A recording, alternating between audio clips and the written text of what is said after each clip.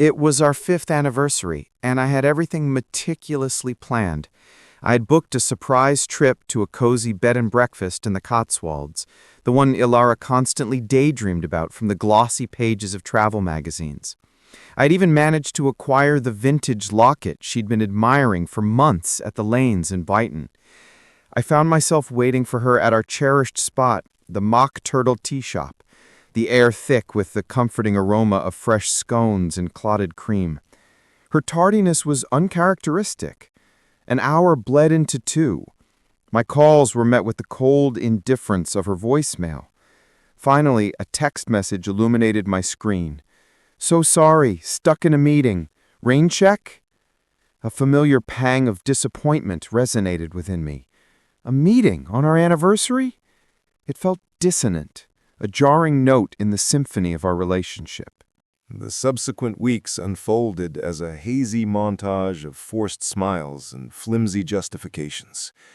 Her explanations of working late or out with the girls became a recurring theme. The once intimate space between us had stretched into a vast, unbridgeable chasm. My attempts to traverse this distance were met with a deflective wall. "I'm just stressed, Liam," she would sigh, her voice laced with a wariness that seemed to extend beyond her professional life. The locket, a symbol of my affection, remained nestled in my drawer, its cold, metallic weight a constant reminder of the anniversary that never was. One evening, the incessant buzzing of her phone from the bathroom, where she was showering, pierced the silence.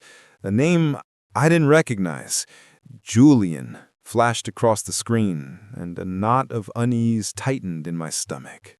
I succumbed to a moment of weakness, an act I am not proud of.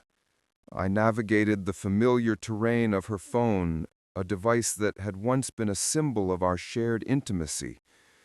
The messages exchanged between her and Julian were a revelation, a brutal unveiling of a hidden narrative. They were peppered with inside jokes, affectionate pet names, and clandestine plans for secret rendezvous. They spoke of their song and a romantic escapade to Paris, a trip she had disguised as a work conference in Birmingham. My world, once a stable and predictable landscape, tilted precariously on its axis. Every late night at the office and weekend retreat was now cast in a new, sinister light. The woman with whom I had envisioned a future was leading a double life.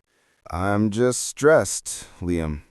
I sought solace and counsel from my closest confidant, Tom, over a pint at the Evening Star. The words tumbled out of me, a torrent of pain and betrayal, as I recounted the texts, the lies, and the gut-wrenching realization of her infidelity. He listened with a patient intensity, his expression hardening with each revelation. "Mate, you need to confront her," he asserted, his voice a steady anchor in the storm of my emotions. "But you also need to be smart about it. Don't let her gaslight you."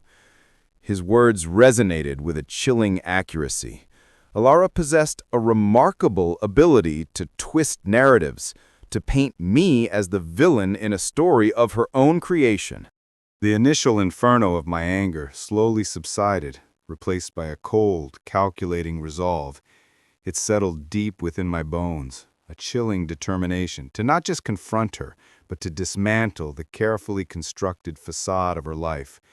I began to meticulously gather evidence, a digital breadcrumb trail of her deceit, screenshots of their intimate conversations, airdropped photos of her and Julian from a hidden album on her phone, and a copy of their hotel reservation from their Parisian getaway became my arsenal. It was a morally ambiguous path I was treading, a descent into a world of suspicion and subterfuge, but I was beyond the point of caring about the moral high ground. I craved something more tangible, something irrefutable. I enlisted the services of a private investigator, a gruff ex-cop named Lomax. His fees were exorbitant, but his reputation for discretion and efficiency preceded him. Lomax began to shadow Ilara, his daily reports painting a vivid and painful tableau of her affair. Lunch dates at the Salt Room, leisurely strolls through Preston Park, a stolen kiss in the quiet intimacy of a secluded alleyway. Each photograph was a fresh wound, a dagger twisting in my heart. Lomax's final report was the proverbial nail in the coffin of our relationship. He had trailed them on a business trip to Manchester. They had bypassed the conference hotel, opting instead for the opulent anonymity of the Lowry, a boutique hotel. The report was accompanied by a series of photographs, Ilara and Julian checking in, their hands intertwined, a portrait of blissful coupledom.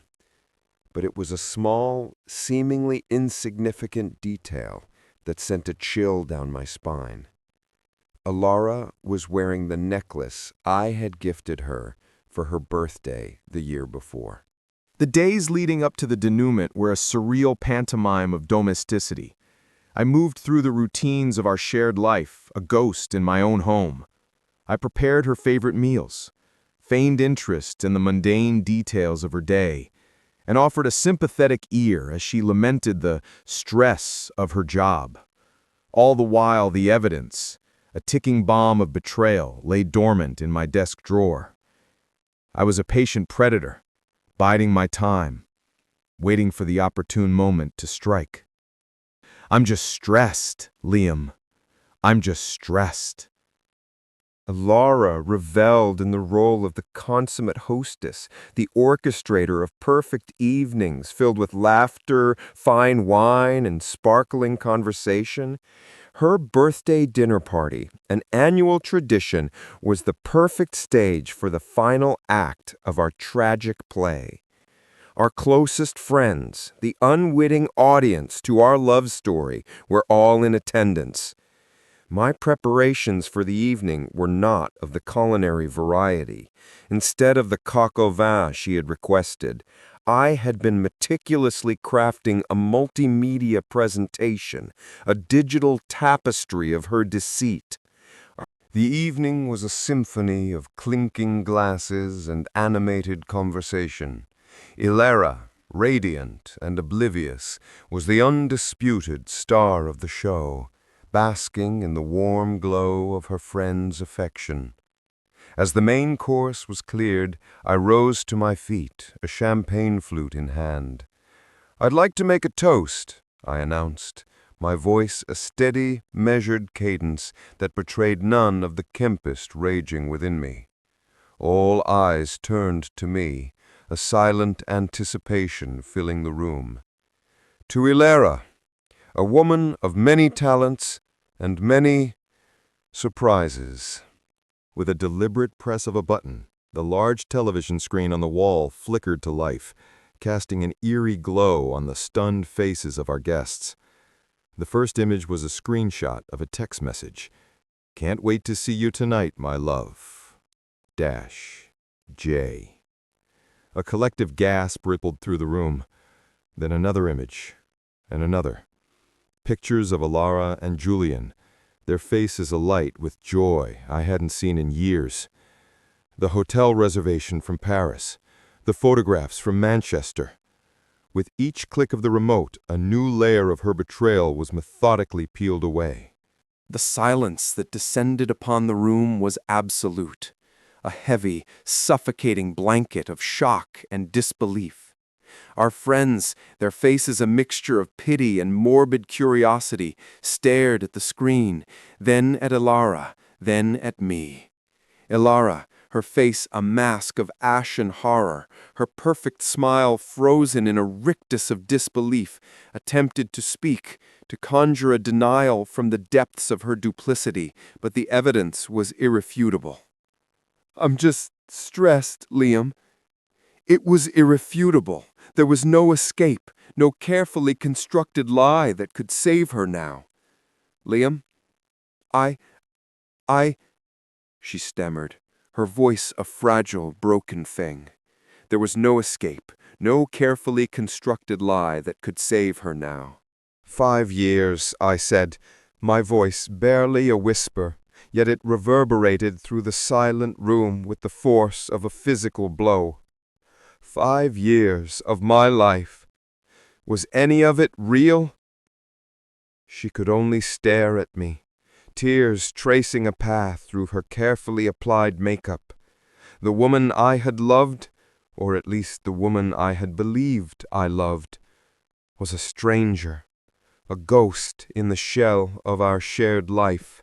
Her friends, their appetites for drama satiated, made their awkward, mumbled excuses and departed, leaving me alone in the wreckage of my life. Ilara remained at the table, her head bowed in a posture of abject defeat, her sobs the only sound in the cavernous silence. I felt nothing. The anger, the sadness, the all-consuming rage had been replaced by a vast, empty numbness. I packed a bag, the locket still in its box, a cold, heavy weight in my hand, and walked out the door, leaving the ruins of our life behind me. I drove through the night, the city lights a fading memory in my rear-view mirror. The open road stretched before me, a dark, uncertain path into an unknown future. I had no destination, no plan, only the desperate, primal urge to escape the suffocating weight of my past. The life I had so carefully constructed was a lie, and the future was a terrifyingly blank canvas. The sun began to rise, casting a pale, uncertain light over the horizon, and a single, haunting question echoed in the hollow chambers of my heart. Was this revenge? Or had I just orchestrated my own destruction? Thanks for watching. If you enjoyed this Reddit story, drop a comment below and don't forget to subscribe for more wild Reddit stories like this one.